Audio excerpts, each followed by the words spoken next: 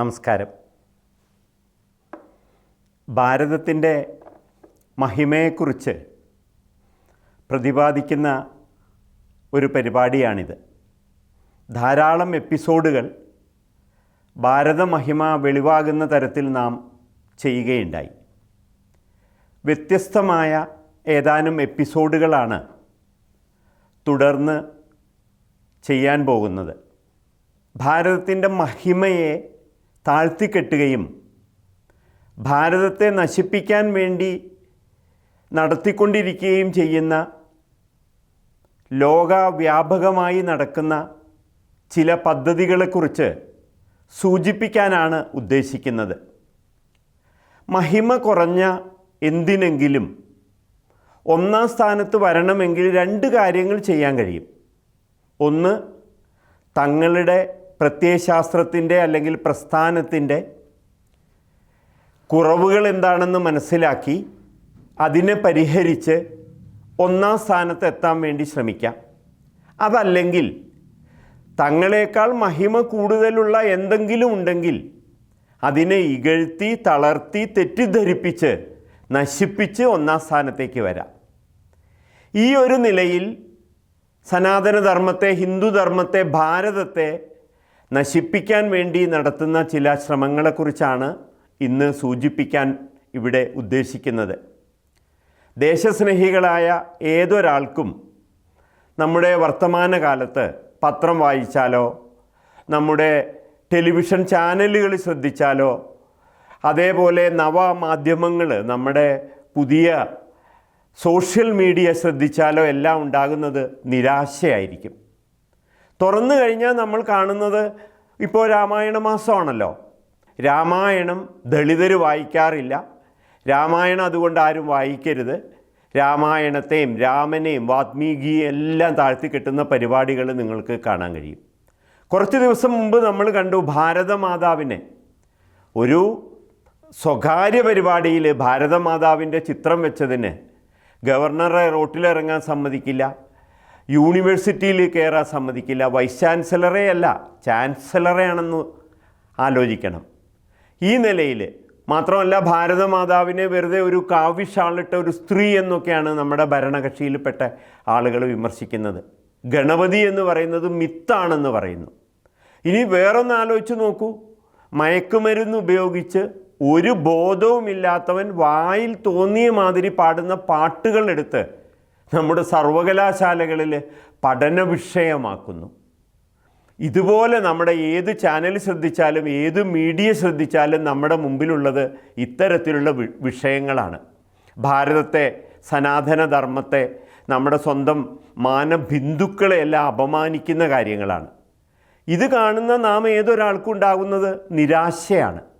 നാം വിചാരിക്കും, എന്താണ് ഇങ്ങനെ സംഭവിക്കുന്നത്, എന്തുകൊണ്ടാണ് ഇങ്ങനെ സംഭവിക്കുന്നത് എന്നൊക്കെ നാം ധരിക്കും. യാദൃശ്ചികമായി സംഭവിക്കുകയാണെന്ന് ഒരു പക്ഷേ നാം മനസ്സിലാക്കിയിട്ടുണ്ടാവും. എങ്കിൽ നാം വളരെ ശുദ്ധാത്മാക്കളാണ്. അതുകൊണ്ട് വലിയ ദോഷമാണ് നമുക്കുണ്ടാകാൻ പോകുന്നത്. വളരെ കൃത്യമായ പ്ലാനിങ്ങോടെ നടത്തുന്ന പരിപാടിയാണ്, അതിൻ്റെ ഭാഗമായിട്ടാണ് ഈ പറഞ്ഞ കാര്യങ്ങളെല്ലാം സംഭവിക്കുന്നത് എന്ന് നാം കൃത്യമായിട്ട് മനസ്സിലാക്കണം. അതിനുവേണ്ടി നിങ്ങളുടെ മുമ്പിൽ ഒരു പരിപാടിയെക്കുറിച്ച്, ധാരാളമുണ്ട്, ഒരു പരിപാടിയെക്കുറിച്ച് വളരെ പ്ലാനിങ്ങോടുകൂടി ലോകത്തിലുള്ള എല്ലാ ഭാരതത്തെ നശിപ്പിക്കാൻ ഉദ്ദേശമുള്ള ശക്തികളും കൂടി നടത്തിയ ഒരു പരിപാടിയെക്കുറിച്ച് സൂചിപ്പിക്കുകയാണ് ഇവിടെ.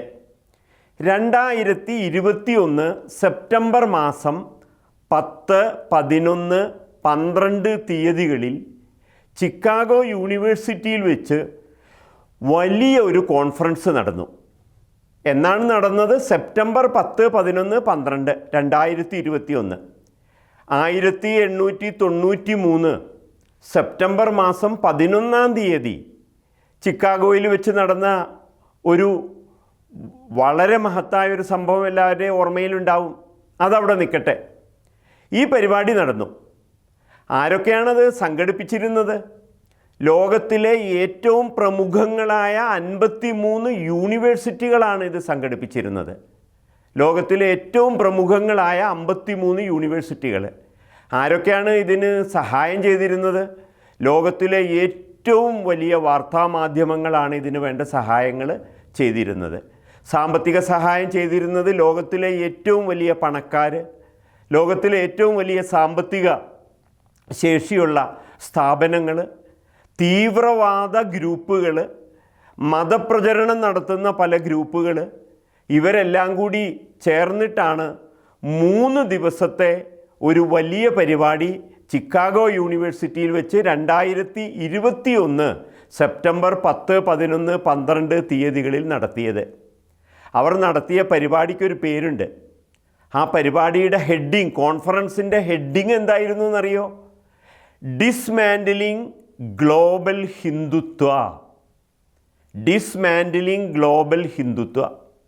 ഈ ലോകത്തുള്ള എല്ലാ ശക്തികൾക്കും, അമേരിക്കയിലെ യൂണിവേഴ്സിറ്റികളായിരുന്നു പ്രമുഖ യൂണിവേഴ്സിറ്റികൾ ആരായിരുന്നു, പങ്കെടുത്തവരെന്തായിരുന്നു തുടങ്ങിയ കാര്യങ്ങളൊക്കെ നമുക്ക് വഴിയെ പറയാം. ഇവരുടെയൊക്കെ മുമ്പിലുള്ള ഏറ്റവും വലിയ പ്രശ്നം ഭാരതമാണോ? ഇവരുടെയൊക്കെ മുമ്പിലുള്ള ഏറ്റവും വലിയ പ്രശ്നം ഹിന്ദുത്വമാണോ?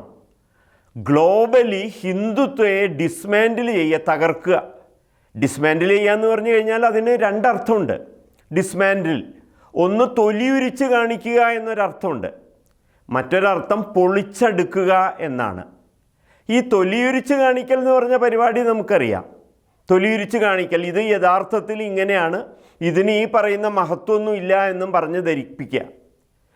സനാതനധർമ്മത്തെ, ഹിന്ദുധർമ്മത്തെ തെറ്റിദ്ധരിപ്പിച്ചുകൊണ്ട് ഒരു പക്ഷേ അങ്ങനെ ചെയ്യാൻ കഴിയും. അല്ലാത്ത നിലയ്ക്ക് അത് ചെയ്യാൻ ഒരിക്കലും കഴിയില്ല. കാരണം ഒരു ഡിസ്മാൻഡിലിംഗ് നേരത്തെ പറഞ്ഞു 1893 സെപ്റ്റംബർ മാസം 11-ാം തീയതി ചിക്കാഗോയിൽ വെച്ച് നടന്നിട്ടുണ്ട്. പാമ്പാട്ടികളുടെ നാടാണ്, കുട്ടികളെ മുതലക്കിട്ട് കൊടുക്കുന്നവരുടെ നാടാണ്, അന്ധവിശ്വാസികളുടെ നാടാണ്, ഒരു ബോധമില്ലാത്തവരുടെ നാടാണെന്നൊക്കെ തെറ്റിദ്ധരിപ്പിച്ചിട്ട് സനാതനധർമ്മത്തിൻ്റെ പുറത്ത് ഒരുപാട് സംഗതികൾ വെച്ച് കെട്ടിയിരുന്നു ഇവർ.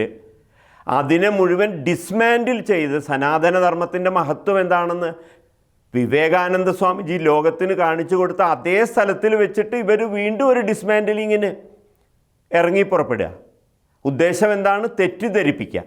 ഹിന്ദുധർമ്മം എന്ന് പറയുന്നതാണ് ഇന്ന് ലോകം നേരിടുന്ന ഏറ്റവും വലിയ പ്രശ്നം. അതുകൊണ്ട് നമുക്കതിനെ നേരിട്ടേ തീരൂ, അതിനെ നശിപ്പിച്ചേ തീരൂ എന്നുള്ള നിലയ്ക്കാണ് ഒരു പരിപാടി. ലോകത്തിലെ എല്ലാ ശക്തികളും ഒന്നിച്ചു ചേർന്ന് ഈ ഒരു പരിപാടിയെക്കുറിച്ച് നമുക്ക് അറിയണ്ടേ?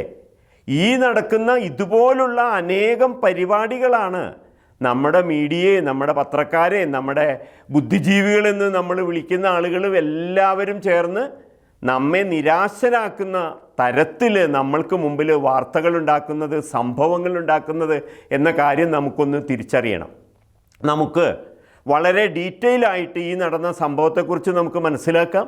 ഇതിലെ ഓരോ കാര്യങ്ങളും എന്തൊക്കെയാണ് അവിടെ നടന്നത്, ഓരോ ദിവസവും എന്തെന്ത് വിഷയങ്ങളാണ് അവിടെ അവതരിപ്പിച്ചത്, ആരൊക്കെയാണ് അവതരിപ്പിച്ചത്, എന്തായിരുന്നു ഇവരുടെ ഉദ്ദേശം, എന്തായിരുന്നു ഇവരുടെ പദ്ധതി, ഇത് തിരിച്ചറിഞ്ഞു കഴിഞ്ഞാൽ ഒന്നും വേണ്ട. നിരവധി പരിപാടികളുണ്ട്. ഈ ചിക്കാഗോയിൽ വെച്ച് നടന്ന ഈ ഒരൊറ്റ പരിപാടി, ഡിസ്മാൻഡിലിംഗ് ഗ്ലോബൽ ഹിന്ദുത്വ എന്ന പേരിൽ നടന്ന 3 ദിവസത്തെ കോൺഫറൻസിൻ്റെ സബ്ജക്റ്റും അവരുടെ പദ്ധതികളും മനസ്സിലാക്കുമ്പോൾ നമുക്ക് മനസ്സിലാവും നമ്മുടെ ഇവിടെയുള്ള ഓരോ ചാനലിലും, മലയാളത്തിലുള്ള ഏത് ചാനലിലാണെങ്കിലും ശരി, ഏത് പത്രമാണെങ്കിലും ശരി, ബുദ്ധിജീവികളെന്ന് വിളിക്കുന്ന ആളുകളാണെങ്കിലും ശരി, ഇവരെല്ലാം ചെയ്യുന്നത് കൃത്യവും വ്യക്തവുമായിട്ട് ആ പദ്ധതിയുടെ അടിസ്ഥാനത്തിലായിരുന്നു എന്ന് നമുക്ക് മനസ്സിലാക്കാം.